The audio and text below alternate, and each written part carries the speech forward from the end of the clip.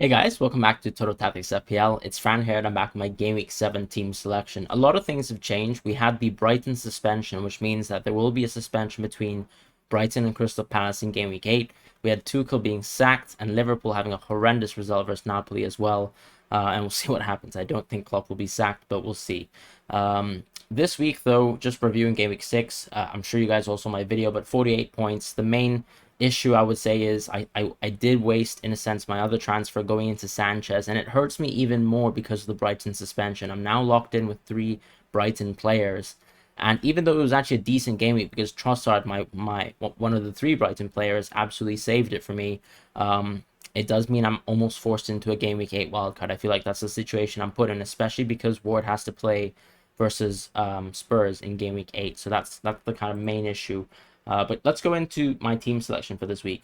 Starting from the defense, I'm actually going to field the exact same defense as last week with one change. Nico Williams out for Dunk. Obviously, there'll be news about whether Potter moves to Chelsea, and probably by tomorrow morning we'll actually get news on whether he actually gets confirmed as the managerial hire. But I still like Brighton's chances of getting a clean sheet versus Bournemouth. I'm not going to change and pivot into Nico Williams. It just doesn't make sense on paper. This is still a very strong team, and we know Bournemouth have still posted very, very poor defensive numbers and attacking numbers as well, equally. So their 3-goal haul versus Nottingham Forest is not something that I'm really that fussed about. Ultimately, we know Nottingham Forest are probably the worst defensive team in the league so far, and they're continuing to still make transfers, so we'll see what happens there.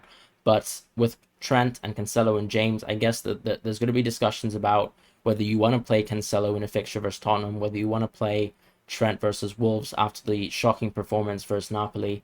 But I have to say that they still have the upside there, way over Nico Williams, and I'm sort of forced into this. I much rather wildcard in Game Week 8 because I feel like this is the last chance for Brighton players and exactly why I brought them in for a match like Bournemouth. Ultimately, I still think when we look at Liverpool's schedule, if this really is going to be the last week I have with Liverpool players, I'd be pretty happy to have Trent versus Wolves, a team that don't really muster too much from the attacking sense.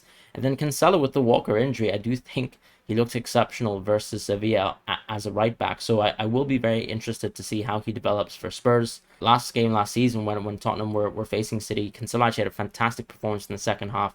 But we know Spurs also blew apart City in the second, and it could be one of those games where yes, Cancelo's gonna have a low ceiling, or sorry, quite a low floor.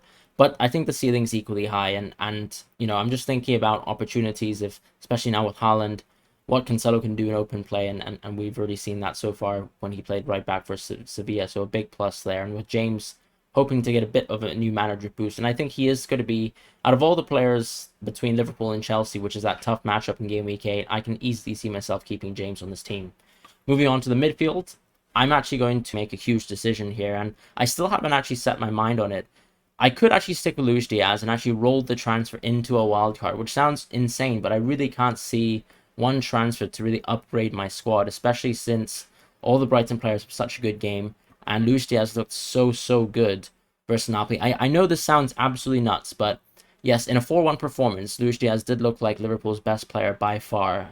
The only thing that has me going against Luis Diaz, and the reason why I might transfer him into Bukayo Saka, which is going to be my one prospective transfer if I ever make it, is just the fact that he played 90 minutes of football, and that's going to be very tough. He was running the show versus Napoli. He tried his absolute best to make that result salvageable or manageable for Liverpool, but we did see Salah get subbed off at 62, which means I would say he's very close to a start. And the other big plus too is Jota didn't look very fit in that match. He does seem like he needs a little bit more game time, a little bit more minutes, and I feel like it's going to be another opportunity here for, instead of the Salah sub at 62, we might see something like a Luis Diaz sub at 65 versus Wolves. So that's kind of what's going in my mind.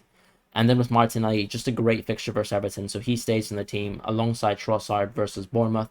Nothing really much to discuss there. As far as the forwards, I'm going to be fielding Haaland, Jesus again.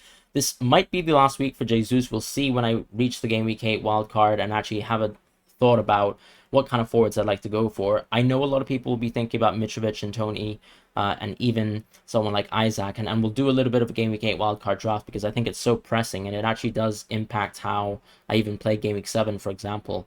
But because I'm forced into it, I'll definitely show a tinker in a few moments. My captaincy is going to be on Haaland, and potentially with the vice captaincy, I would say that goes to Jesus. I might even flop towards a Jesus captaincy, But I really think you can't go wrong with Haaland at this moment in time. Yes, Spurs are a top defense, but I really think Haaland's a different beast, and we know the City team have plenty of chances to create for him. So that's why I'm probably leaning towards a Haaland captaincy at this very moment. And that's going to be how I'm going to roll out for this week, with potentially a SAKA transfer, as I mentioned. So moving on to the kind of tinkering aspect, the game week 8. I feel like obviously this is a great time to move off of Sanchez, simply just move into someone like a Nick Pope. I'd probably stick with Ward, to be quite honest. He has a good run of fixtures. I don't know whether he stays as the Leicester keeper. We'll see whether we need to move into Iverson. But Cancelo is someone who also probably stays. Yes, the fixtures are absolutely terrible for City. Maybe there's a way I move into Ederson. But Cancelo at right back is quite interesting, so I would like to keep him on for now. And then with Nico Williams, he probably has to stay too. Trent might have to go. I'd probably just put the X on him for now, and the same with Duncan Trossard, unfortunately. Martinelli is the one person who stays for me. Luis Diaz still looks great, but potentially will have to go as well. Those fixtures are super tough. And then Andreas stays, and we'll probably have to just draft out our front line first. I think going with a Kane premium is probably the most interesting, because obviously we'll be looking at the Leicester game first, and then actually some pretty decent fixtures for him. And then we're also looking at someone like a Mitrovic, Isaac. I might have to really just go Mitrovic and Isaac to start, and then just see what I can work up to. I think Rashford's someone who I absolutely want to wildcard into. Dallo as well, just for his recent performances and just how the system is built around him. We've talked about how he's so good at getting bonus points consistently as a player, and then Trippier obviously is a little bit of a lock. I am missing out on someone like a Perisic, but I really feel like you could get Perisic in a bit of a later window. I'm now stuck as to who I really go for, because Kevin De Bruyne has really, really tough fixtures, with exception to Wolves and Southampton. I do think one of the things that I would suggest about De Bruyne is he does feel a little bit underpriced. Potentially, you could actually just simply swap De Bruyne later on. From game weeks 8 to 10, you could probably play De Bruyne and then actually just move off of him when he has that Liverpool game, if you're not interested in him whatsoever. And this is the tough part here, where I really think that some of the best valued FPL assets are now priced out, because someone like Zaha is not going to play in game week 8 because he plays for Crystal Palace. And then you're actually stuck here trying to make decisions around some of the other players in your team that don't involve Liverpool. And I feel like that might just have to force me into someone like Kane. But that does mean that I lose someone like Isaac versus Bournemouth. Potentially, I could go into St. Maximin.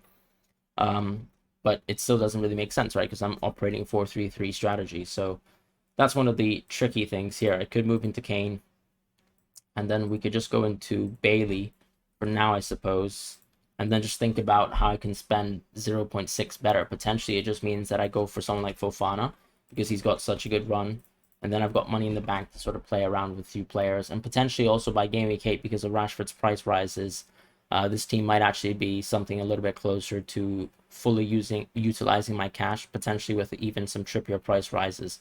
So this could be something that I like. I think it's almost too strong of a team. I feel like having Andreas, having Bailey, potentially I could really bench boost in the future, but it does seem tough, because there's no kind of perfect fixture window. I might have to just choose on a whim on a good match, such as, for example, Ward versus Nottingham Forest. That could be a good fixture to capitalize on potentially a Ward clean sheet, and then a couple good easy fixtures with something like Bailey versus Leeds, which is nice, and then Andreas versus Newcastle, not the absolute best, but then Fofana at least gets to play versus Crystal Palace, hopefully, if he's starting by then. So that's a possibility as well.